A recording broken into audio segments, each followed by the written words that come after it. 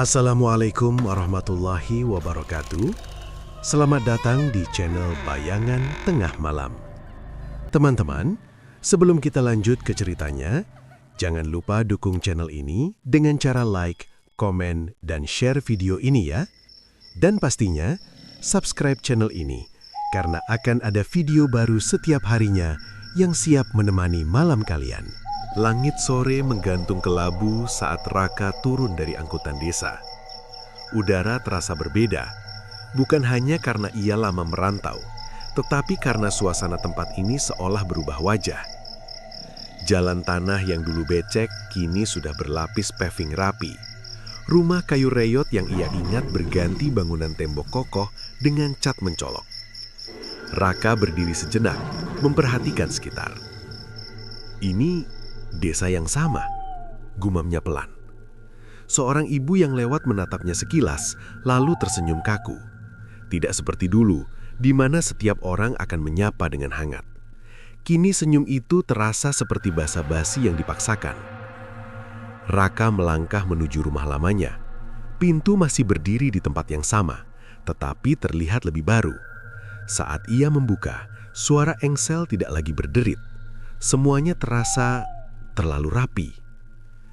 Tak lama, suara langkah mendekat dari luar. "Raka, kamu pulang?" Ia menoleh. Seorang pria seusianya berdiri di ambang pintu. Jaya. Raka tersenyum lega.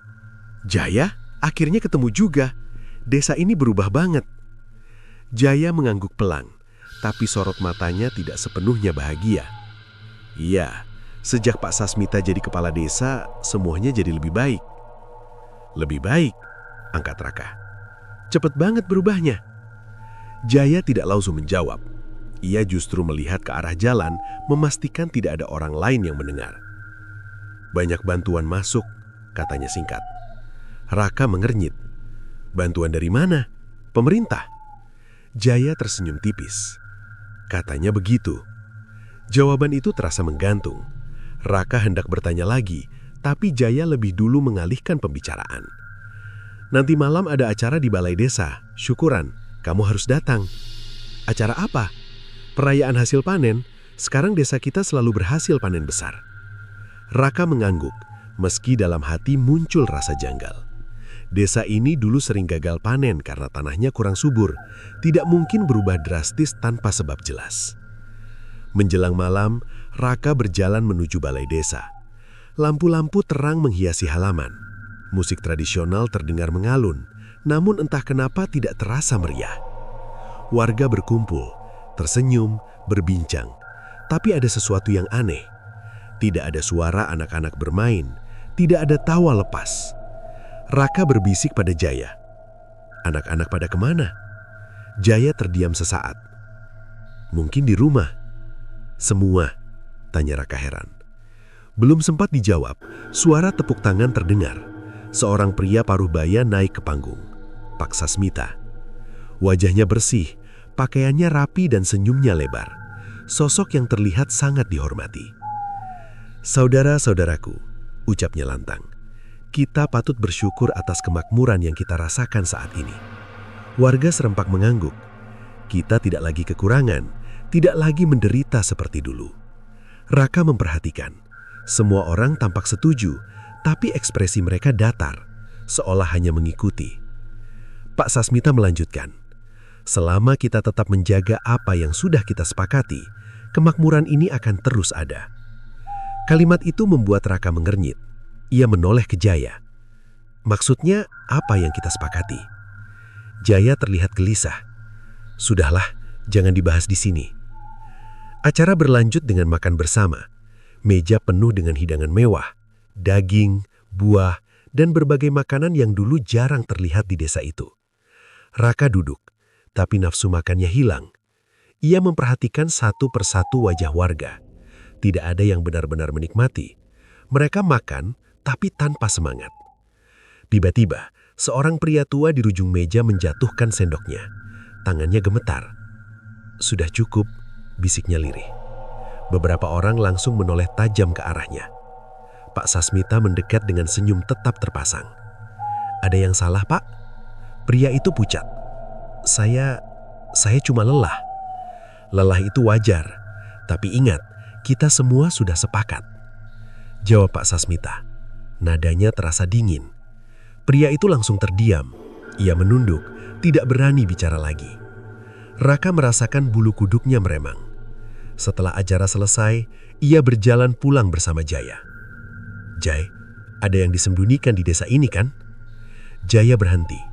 Untuk beberapa detik tidak ada jawaban. Akhirnya ia berkata pelan, hampir seperti bisikan. Kalau kamu mau tetap hidup tenang, jangan terlalu banyak tanya. Raka menatapnya tajam. Maksudmu apa? Jaya tidak menjawab. Ia justru berjalan lebih cepat, meninggalkan Raka sendirian di jalan gelap. Angin malam dingin berhembus. Dari kejauhan, Raka melihat sesuatu yang aneh. Deretan rumah baru berdiri megah, tapi beberapa jendela tampak gelap tanpa tanda kehidupan. Tidak ada suara, tidak ada gerakan. Seolah rumah itu kosong.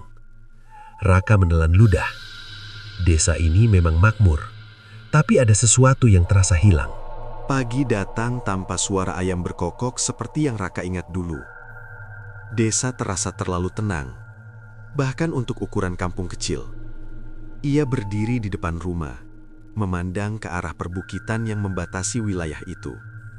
Di baliknya, terbentang hutan lebat yang sejak kecil dikenal sebagai tempat terlarang. Raka menyipitkan mata. Kabut tipis menggantung di antara pepohonan, meski matahari sudah cukup tinggi. Aneh. Masih sama? Gumamnya. Jangan dilihat terlalu lama. Suara itu membuat Raka menoleh. Jaya berdiri di sampingnya tanpa suara langkah. Kamu ngagetin saja, kata Raka. Jaya tidak tersenyum. Ia ikut menatap ke arah hutan, lalu berkata pelan, sejak dulu tempat itu bukan untuk didatangi. Dulu cuma cerita orang tua buat nakut-nakutin anak kecil. Balas Raka santai. Sekarang kamu masih percaya? Jaya menggeleng pelan. Sekarang justru lebih berbahaya. Raka menatapnya, mencoba membaca ekspresinya. Apa yang berubah? Jaya tidak langsung menjawab. Ia malah duduk di bangku kayu dekat rumah. Kamu semalam nanya soal desa kan? Katanya. Iya. Dan kamu belum jawab. Jaya menarik napas panjang. Hutan itu sekarang sering didatangi orang tertentu. Siapa? Jaya menatapnya sekilas. Kepala desa. Raka terdiam sejenak. Pak Sasmita? Ngapain ke sana? Katanya untuk berdoa, supaya desa tetap makmur. Jawaban itu terdengar aneh.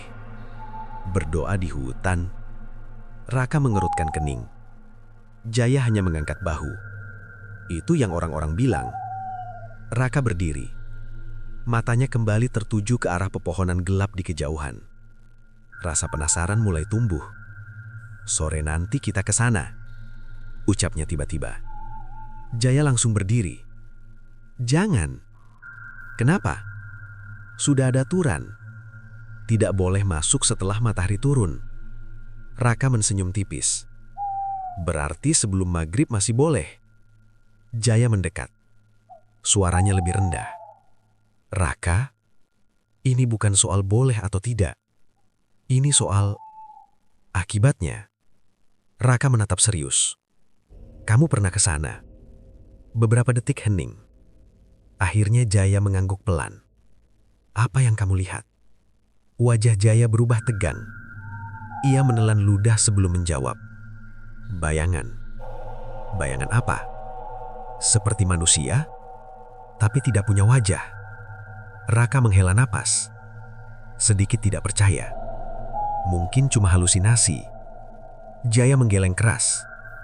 Aku dengar suara langkah padahal tanahnya tidak bergerak. Aku lihat sesuatu berdiri di antara pohon, diam, menghadap ke arahku. Raka mulai merasa tidak nyaman. Lalu, aku lari. Dan sejak itu, aku tidak pernah kembali.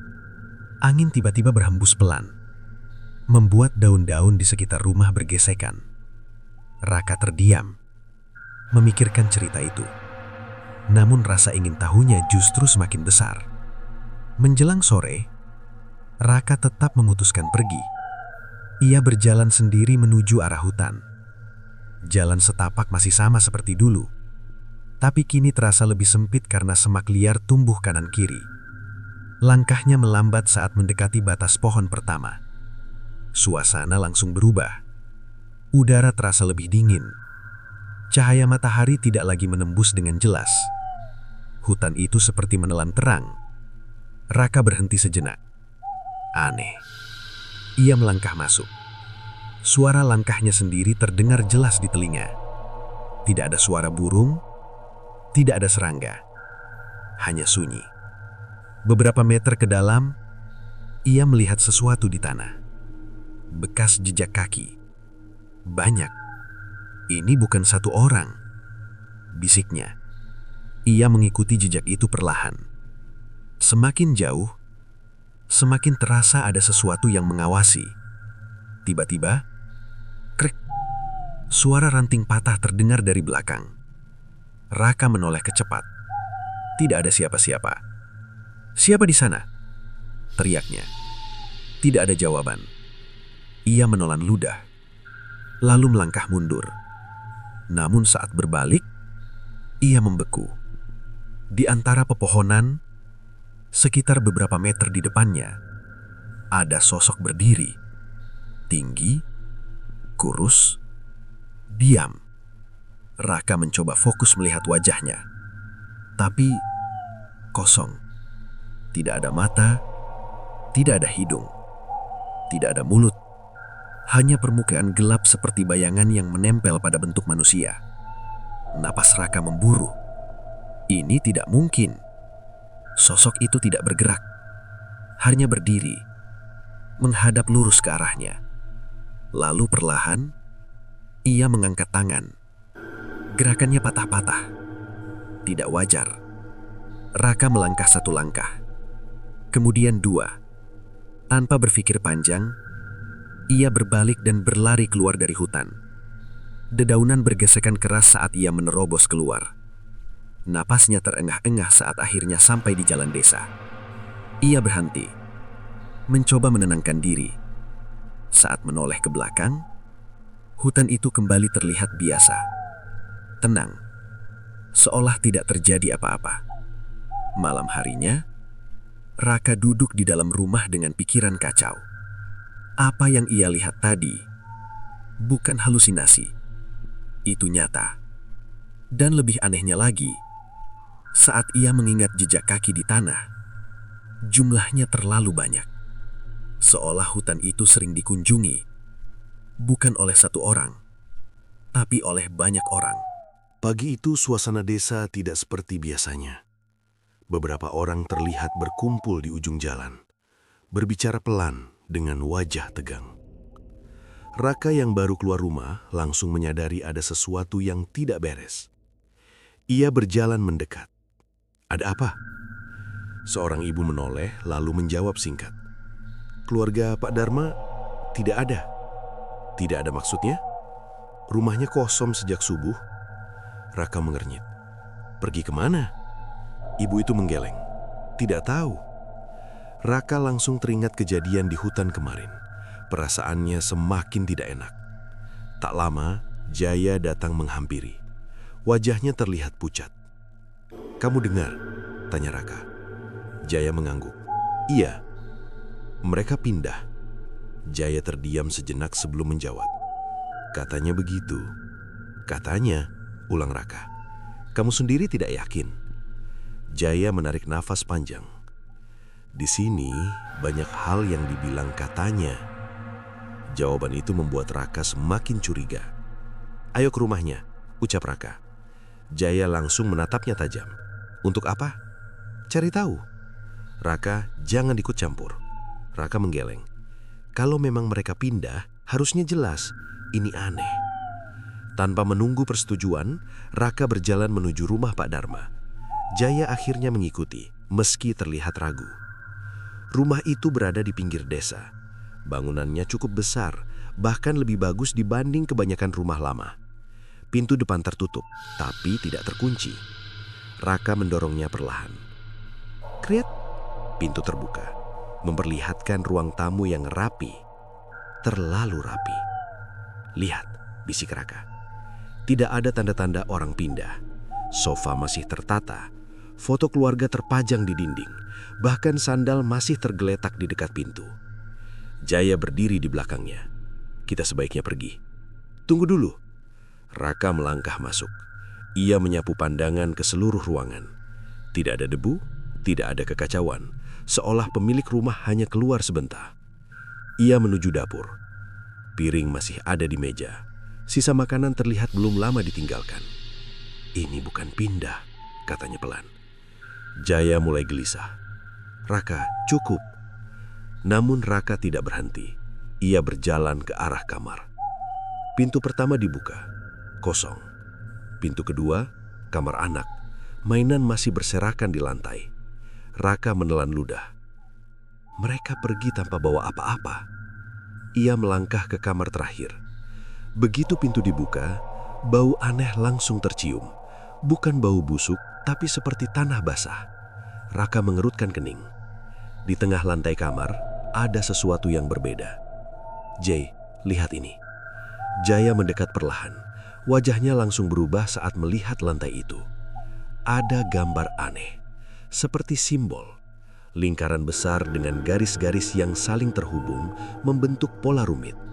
Warnanya gelap, seperti bekas cairan yang sudah mengering. Apa ini? Bisik Raka.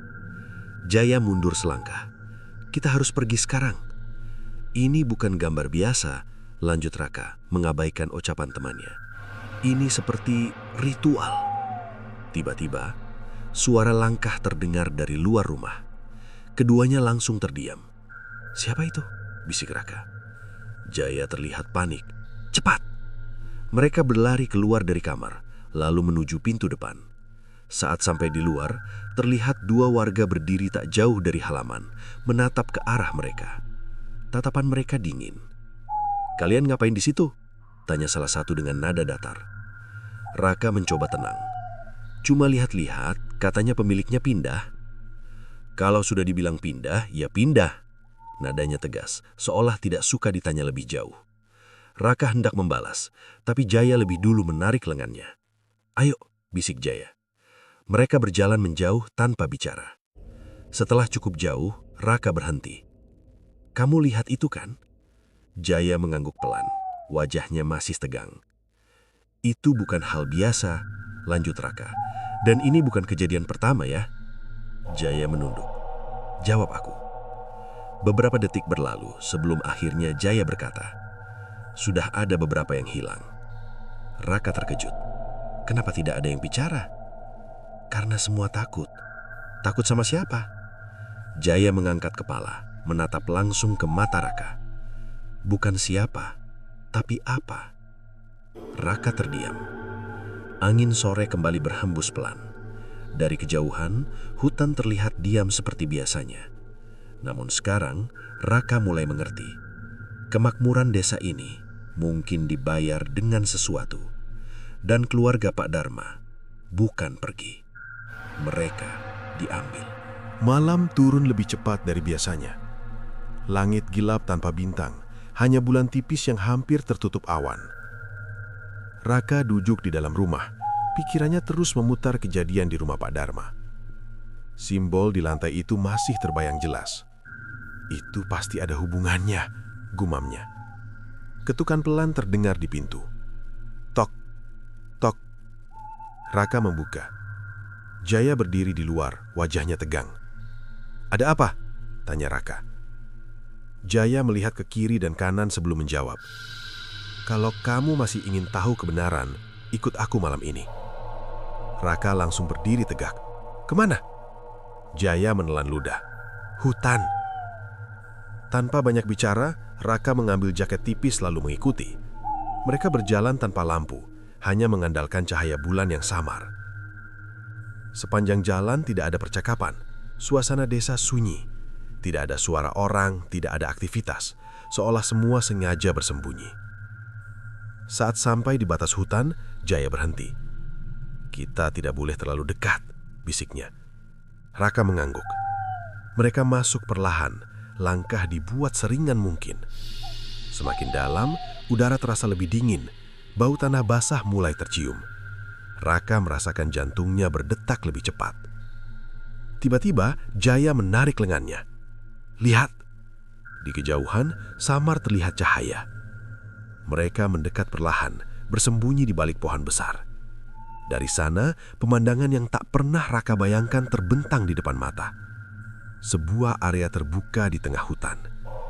Di sana, beberapa obor menyala mengelilingi lingkaran besar. Tanahnya dipenuhi simbol yang sama seperti di rumah Pak Dharma. Dan di tengah lingkaran itu, Pak Sasmita berdiri. Ia mengenakan pakaian hitam panjang, wajahnya serius, tidak seperti saat berbicara di balai desa. Di sekelilingnya, beberapa warga berdiri diam, kepala mereka tertunduk. Raka berbisik, "Mereka semua ikut." Jaya tidak menjawab. Suara Pak Sasmita mulai terdengar, pelan tapi jelas. Perjanjian harus dijaga. Warga tetap diam. Pengorbanan harus diberikan agar keseimbangan tidak rusak. Raka merasakan tenggorokannya kering. Tiba-tiba, dua orang maju ke tengah lingkaran. Mereka menyeret sesuatu. Seseorang, tubuhnya lemah seperti tidak sadar. Raka membelolakan mata. Itu manusia. Jaya menahan napas. Pak Sasmita mengangkat tangan. Malam ini kita memenuhi janji. Angin berhembus kencang secara tiba-tiba. Api obor bergoyang liar. Lalu, suara aneh terdengar. Bukan dari manusia. Seperti geraman berat yang datang dari bawah tanah. Tanah di tengah lingkaran mulai bergerak.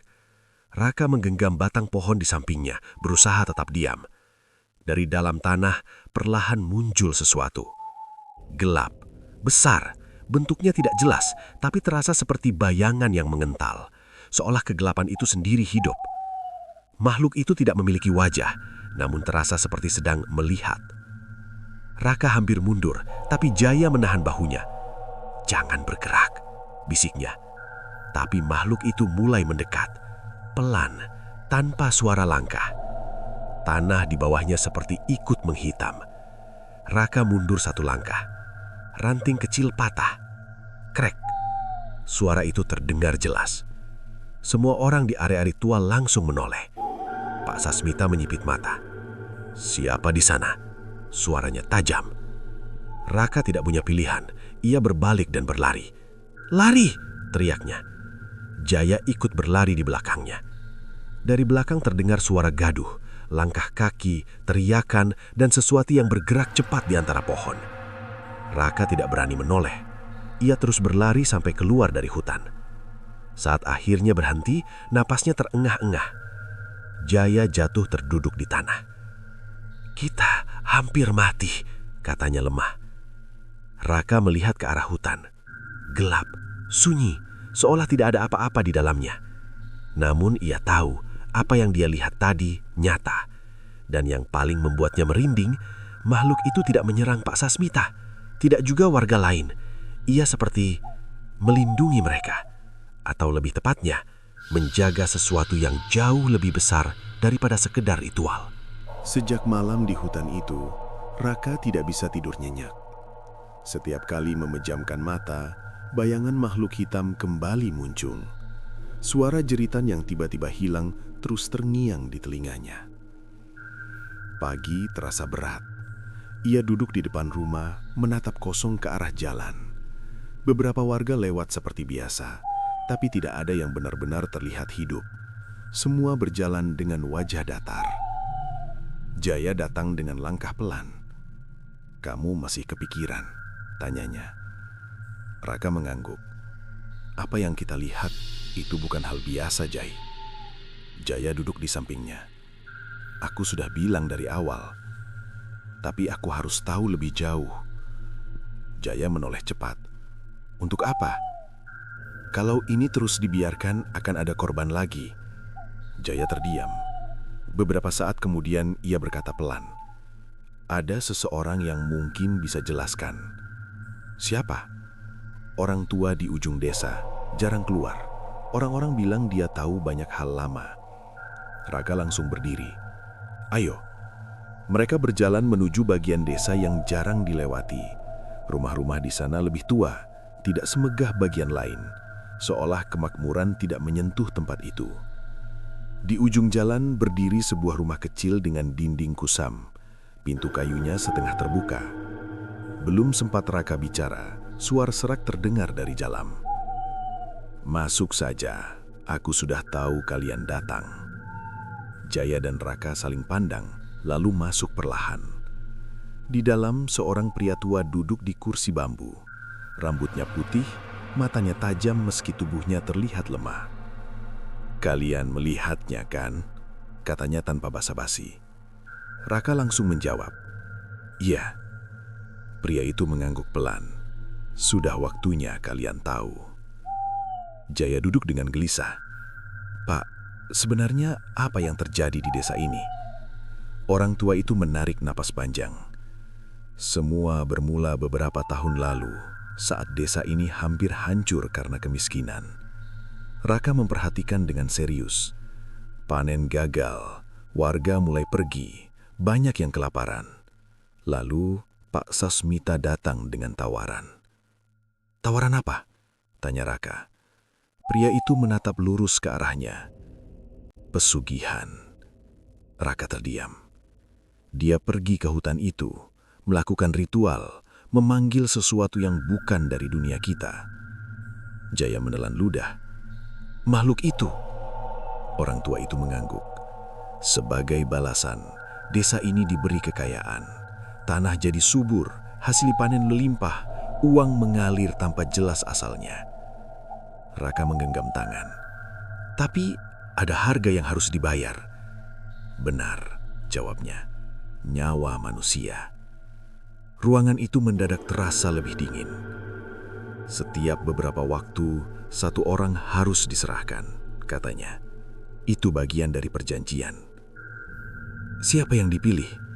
Yang dianggap tidak penting atau yang berani melawan? Jaya menunduk.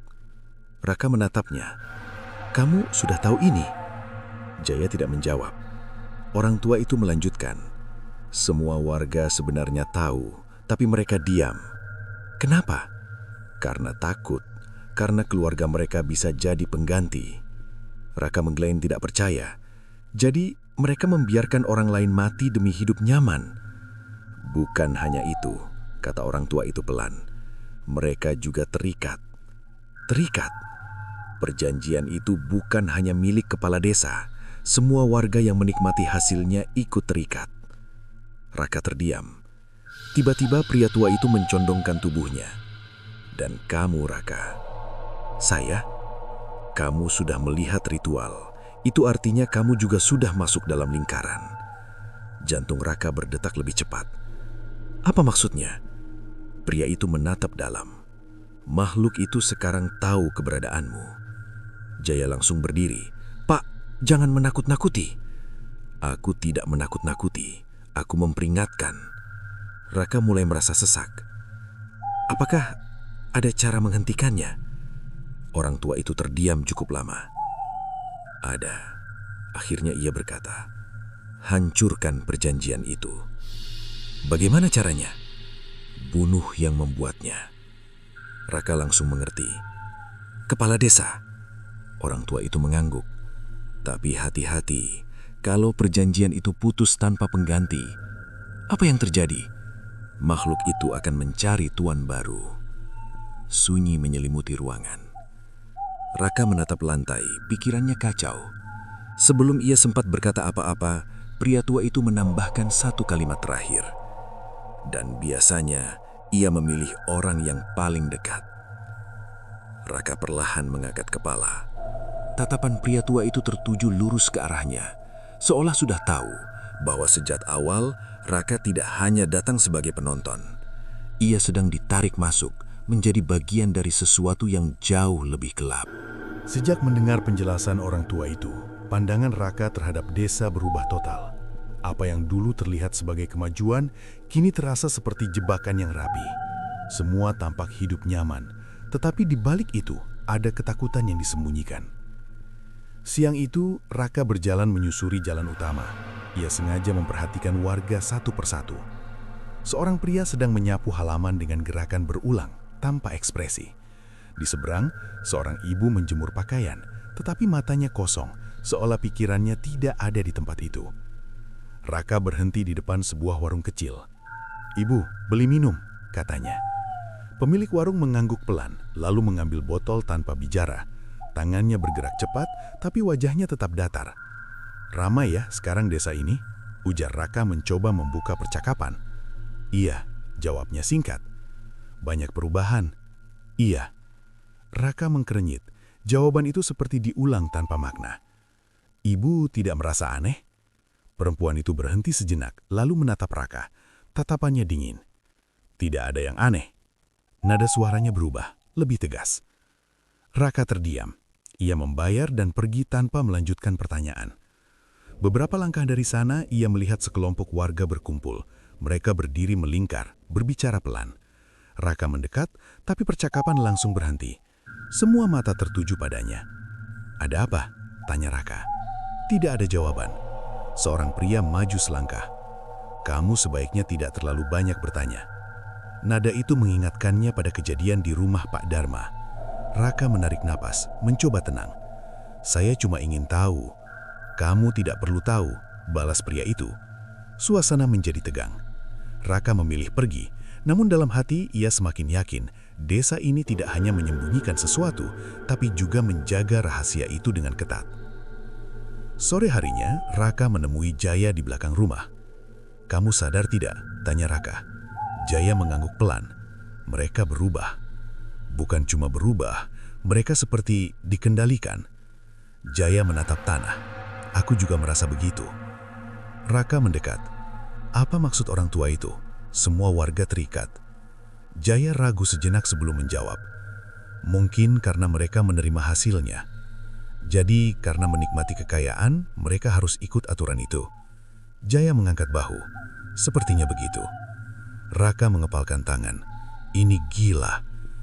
Tiba-tiba suara langkah terdengar dari arah jalan. Beberapa warga berjalan melewati mereka. Raka memperhatikan. Langkah mereka hampir bersamaan. Arah pandangan lurus. Tidak ada yang berbicara, seolah bergerak dengan pola yang sama. "Lihat itu," bisik Raka. Jaya ikut menoleh.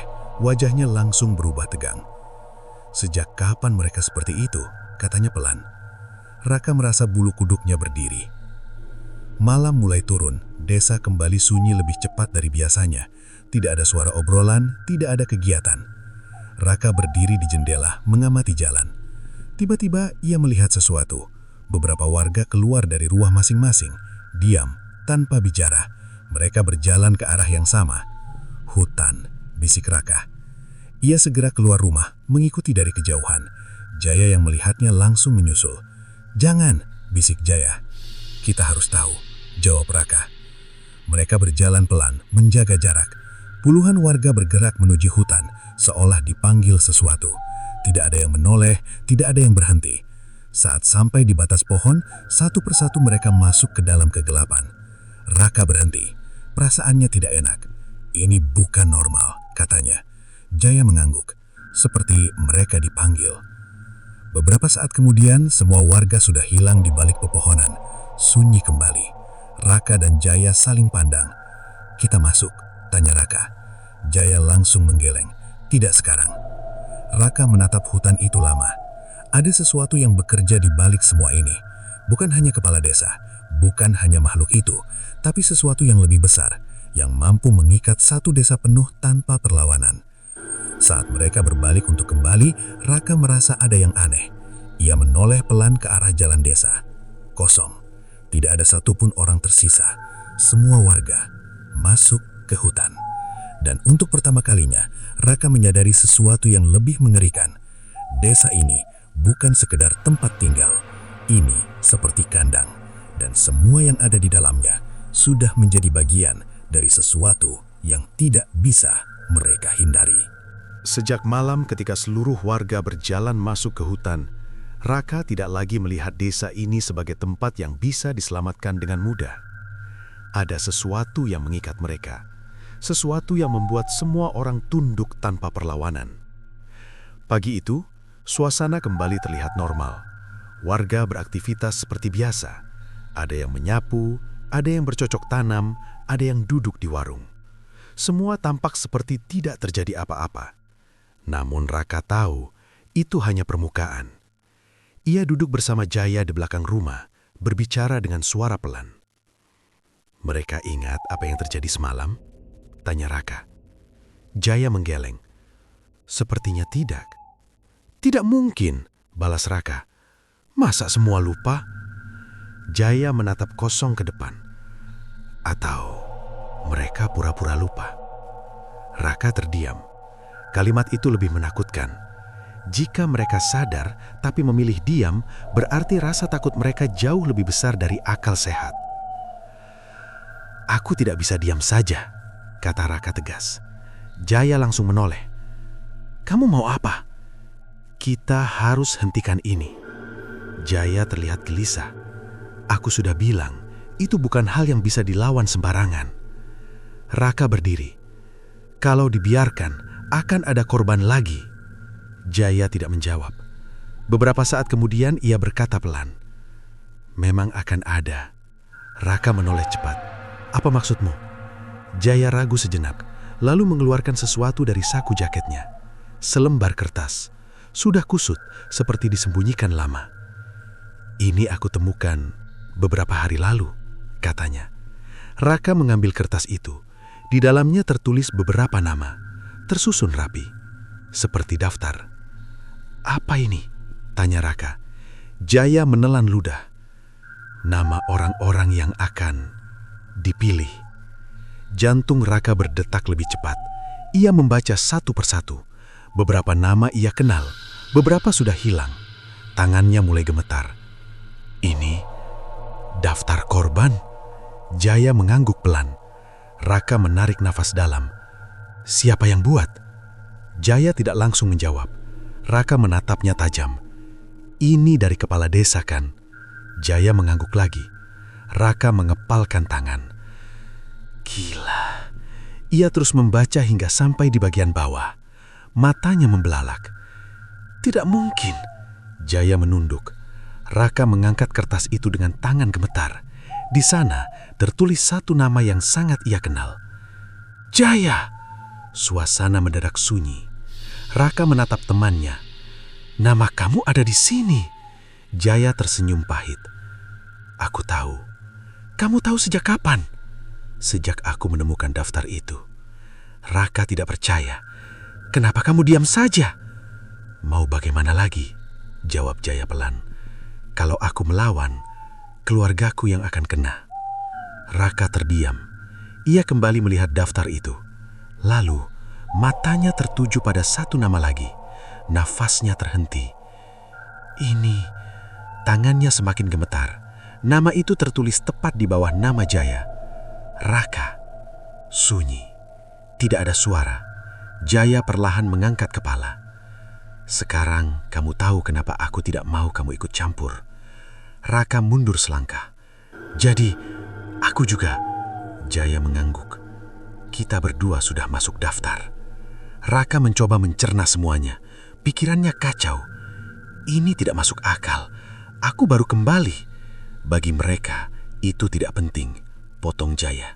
"Kamu sudah melihat terlalu banyak." Raka mengingat malam di hutan, makhluk itu, ritual itu. Ia menggeretakkan gigi. "Berarti tidak ada pilihan lain." Jaya menatapnya. "Maksudmu?" "Kita lawan." Jaya langsung berdiri. "Kamu tidak mengerti." "Aku mengerti. Kalau kita diam, kita mati. Kalau kita lawan, setidaknya ada kesempatan." Jaya terdiam.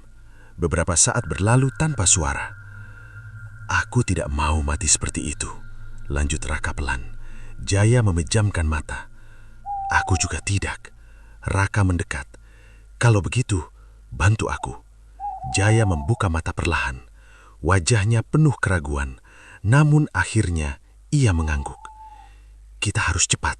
Ritual besar biasanya dilakukan saat bulan mati." "Kapan itu?" "Sebentar lagi." Raka mengepalkan tangan. "Berarti waktu kita tidak banyak." Angin sore berhembus pelan. Suasana desa tetap terlihat tenang. Namun sekarang, Raka tahu kebenarannya. Di balik ketenangan itu, ada daftar kematian yang sudah disusun rapi, dan namanya sudah tertulis di sana. Malam semakin dekat. Langit gelap tanpa cahaya bulan. Udara terasa lebih dingin dari biasanya, seolah memberi tanda bahwa sesuatu akan terjadi. Raka berdiri di dalam rumah, menyiapkan diri. Tangannya menggenggam pisau yang ia temukan di dapur. Bukan senjata yang ideal, tapi hanya itu yang ia punya. Di luar, suasana desa kembali sunyi. Jaya datang tepat sebelum gelap sepenuhnya. "Kita mulai sekarang," katanya pelan. Raka mengangguk. "Kita langsung ke hutan?" "Iya, ritual pasti sudah disiapkan." Mereka berjalan tanpa suara, melewati jalan yang kosong. Tidak ada warga terlihat, seolah semua sudah tahu apa yang akan terjadi malam ini. Saat sampai di batas hutan, langkah Jaya melambat. "Kamu siap?" tanyanya. Raka menatap lurus ke depan. Tidak ada pilihan. Mereka masuk. Semakin dalam, cahaya obor mulai terlihat di kejauhan. Sama seperti sebelumnya, area ritual sudah dipenuhi simbol di tanah. Namun kali ini lebih besar, lebih ramai, lebih gelap. Raka dan Jaya bersembunyi di balik pohon. Dari sana, mereka melihat Pak Sasmita berdiri di tengah lingkaran. Di sekelilingnya, warga kembali berkumpul. Diam, menunduk, seperti menunggu. "Ini saatnya," bisik Raka. Jaya tidak menjawab. Raka meliriknya sekilas, tapi tidak terlalu memperhatikan. Fokusnya hanya satu, menghentikan semua ini. "Aku akan masuk saat mereka mulai," kata Raka. "Kamu bantu alihkan perhatian." Jaya masih diam. Raka mengernyit. "Jay?" Perlahan Jaya mengangkat kepala. Tatapannya berubah. Tidak lagi ragu. Tidak lagi takut. Ada sesuatu yang berbeda. "Maaf, Rak," katanya pelan. Raka membeku. "Apa maksudmu?" Jaya menghela napas panjang. "Aku tidak bisa ikut cara kamu." "Kenapa?" Jaya menatap ke arah lingkaran ritual. "Aku sudah memilih jalan lain." Jantung Raka berdetak lebih cepat. "Jalan apa?" Jaya senyum tipis. "Bertahan hidup." Belum sempat Raka bereaksi, Jaya mendorong Raka keluar dari persembunyian. Tubuh Raka terhuyung ke depan, langsung terlihat oleh semua orang. Suasana mendadak hening. Puluhan pasang mata tertuju padanya. Pak Sasmita tersenyum. Akhirnya datang juga." Raka menoleh ke belakang. "Jaya, apa yang kamu lakukan?" Jaya berdiri di tempatnya, tidak mendekat. "Aku tidak mau mati," katanya datar. "Aku sudah bicara dengan Pak Sasmita." Raka merasa seperti dihantam sesuatu. "Kamu kerjasama dengan dia?" Jaya mengangguk pelan. "Kalau aku menyerahkanmu, namaku dihapus dari daftar." Sunyi. Raka tidak percaya. "Kita sudah sepakat," suaranya bergetar. "Kesepakatan tidak berarti apa-apa kalau nyawa taruhannya," potong Jaya. Pak Sasmita melangkah mendekat. "Pilihan yang bijak," katanya pada Jaya. "Kamu akan mendapatkan apa yang kamu inginkan." Raka mundur selangkah. "Kamu gila." Jaya tidak menjawab. Dua orang warga maju, memegang lengan Raka dengan kuat. "Lepaskan!" teriak Raka berusaha melawan, namun cengkraman mereka terlalu kuat. Ia diseret ke tengah lingkaran. Simbol di tanah terasa dingin di bawah kakinya. Pak Sasmita berdiri tepat di depannya. "Kamu berbeda," katanya pelan. "Sejak awal aku sudah tahu." Raka menatap tajam. "Hentikan semua ini." Pak Sasmita tersenyum. Kenapa harus berhenti? Semua orang di sini menikmati hasilnya. Raka melihat ke sekeliling. Warga hanya diam. Tidak ada yang bergerak. Tidak ada yang menolong. "Ini salah," teriaknya. "Tapi efektif," jawab Pak Sasmita tenang. Ia mengangkat tangan. Mulai. Angin tiba-tiba berputar kencang. Api obor bergoyang liar. Tanah di bawah Raka mulai bergetar. Suara geraman itu kembali terdengar. Lebih keras, lebih dekat. Raka menatap Jaya untuk terakhir kali. "Kamu akan menyesal," katanya pelan. Jaya mengalihkan pandangan. Tanah di tengah lingkaran retak. Bayangan hitam mulai muncul. Perlahan, makhluk itu kembali naik ke permukaan. Bentuknya lebih besar dari sebelumnya, lebih mengerikan. Raka mencoba melepaskan diri, tapi tidak berhasil. Makhluk itu bergerak mendekat. Setiap langkahnya membuat udara terasa berat. Saat jaraknya tinggal beberapa meter, ia berhenti. Diam, tidak langsung menyerang, seolah sedang menilai. Raka menahan napas. Makhluk itu perlahan mengangkat kepalanya yang kosong, lalu mengarah ke Jaya. Semua orang terdiam. Jaya membeku. "Apa maksudmu?" Suaranya bergetar. Makhluk itu tidak bergerak ke arah Raka, justru perlahan berbalik, menuju Jaya. Pak Sasmita mengerutkan kening. "Tidak, ini tidak sesuai." Belum sempat bicara, makhluk itu melesat cepat. Jaya berteriak, "Tidak, aku sudah..." Suaranya terputus. Dalam sekejap, tubuhnya lenyap di telan kegelapan. Sunyi. Raka terdiam, napasnya tersendat. Warga mulai gelisah. Pak Sasmita mundur selangkah. Kenapa berubah? Makhluk itu kembali diam. Lalu perlahan berbalik lagi. Kali ini menghadap Raka. Udara jauh lebih dingin. Raka berdiri di tengah lingkaran, sendirian. Dan untuk pertama kalinya, ia sadar makhluk itu tidak mengikuti aturan manusia. Ia memilih sendiri. Dan sekarang, pilihan berikutnya ada di depan mata. Udara di tengah lingkaran terasa menekan dada. Setelah Jaya lenyap, tidak ada yang berani bergerak. Api obor bergetar kecil, seolah takut padam. Raka berdiri kaku. Keringat dingin mengalir di pelipisnya. Di depannya, makhluk hitam itu diam, seperti sedang menunggu sesuatu. Pak Sasmita mundur satu langkah. Wajahnya yang biasanya tenang, kini terlihat retak oleh kegelisahan. "Ini tidak sesuai perjanjian," katanya pelan, namun tetap terdengar oleh semua. Tidak ada jawaban. Makhluk itu tidak menoleh padanya. Raka menarik nafas dalam, mencoba menenangkan diri. Ia ingat ucapan orang tua itu. Hancurkan perjanjian, bunuh yang membuatnya. Matanya perlahan beralih ke arah Pak Sasmita. Satu-satunya jalan. Raka menggenggam pisau yang masih tersembunyi di balik bajunya.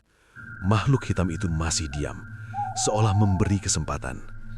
Raka melangkah perlahan ke samping. Warga tidak bergerak. Mereka hanya menatap, seperti menunggu akhir. Pak Sasmita akhirnya sadar. "Kamu mau apa?" Suaranya berubah tegas. Raka tidak menjawab. Satu langkah lagi. "Berhenti!" perintah Pak Sasmita. Namun kali ini tidak ada warga yang bergerak untuk menahan. Semua hanya diam. Raka semakin dekat. "Kalau kamu lakukan itu, kamu tidak tahu akibatnya," lanjut Pak Sasmita. Raka menatapnya tajam. "Aku sudah tahu cukup." Tanpa peringatan, Raka maju cepat. Pisau di tangannya terangkat, lalu tusuk. Bilah itu menancap di dada Pak Sasmita. Pria itu terkejut, matanya membelalak. Tubuhnya goyah sebelum jatuh ke tanah. Sunyi, tidak ada yang menolong, tidak ada yang berteriak, hanya suara nafas Raka yang berat. Ia mundur perlahan, tangannya gemetar. "Sudah, selesai," bisiknya. Beberapa detik tidak terjadi apa-apa. Lalu, tanah kembali bergetar, lebih kuat dari sebelumnya. Raka langsung menoleh ke arah makhluk itu. Bentuknya mulai berubah, melebar, membesar, seolah menyerap kegelapan di sekitarnya. "Tidak," bisik Raka. Suara geraman terdengar lebih dalam, lebih lapar. Warga mulai panik. Beberapa mundur, tapi tidak ada yang berani lari. Makhluk itu bergerak, namun bukan menuju Raka. Ia mendekati tubuh Pak Sasmita yang tergeletak. Lalu, dalam sekejap, tubuh itu lenyap, ditelan bayangan. Raka menahan nafas. Ia berpikir semuanya akan berakhir, namun ia salah. Makhluk itu tidak menghilang. Ia tetap di sana, lebih besar, lebih pekat, dan perlahan berbalik menghadap Raka. Jantung Raka berdetak keras. "Apalagi?" gumamnya. Makhluk itu mendekat, tidak terburu-buru, tidak menyerang. Setiap langkahnya terasa seperti tekanan di dada. Raka ingin mundur, tapi kakinya terasa berat. Saat jaraknya tinggal beberapa langkah, makhluk itu berhenti, diam, lalu perlahan mengangkat bentuk kepalanya yang kosong. Raka merasakan sesuatu masuk ke dalam pikirannya. Suara tanpa suara, seperti bisikan yang langsung muncul di kepala. Perjanjian belum selesai. Raka membeku. "Apa maksudnya?" bisiknya. Pengikat telah hilang. Nafas Raka tersendat. Pengganti diperlukan. Raka menggeleng. Tidak. Makhluk itu semakin dekat. Yang melihat, yang bertahan, yang dipilih. Raka menggeleng kakinya.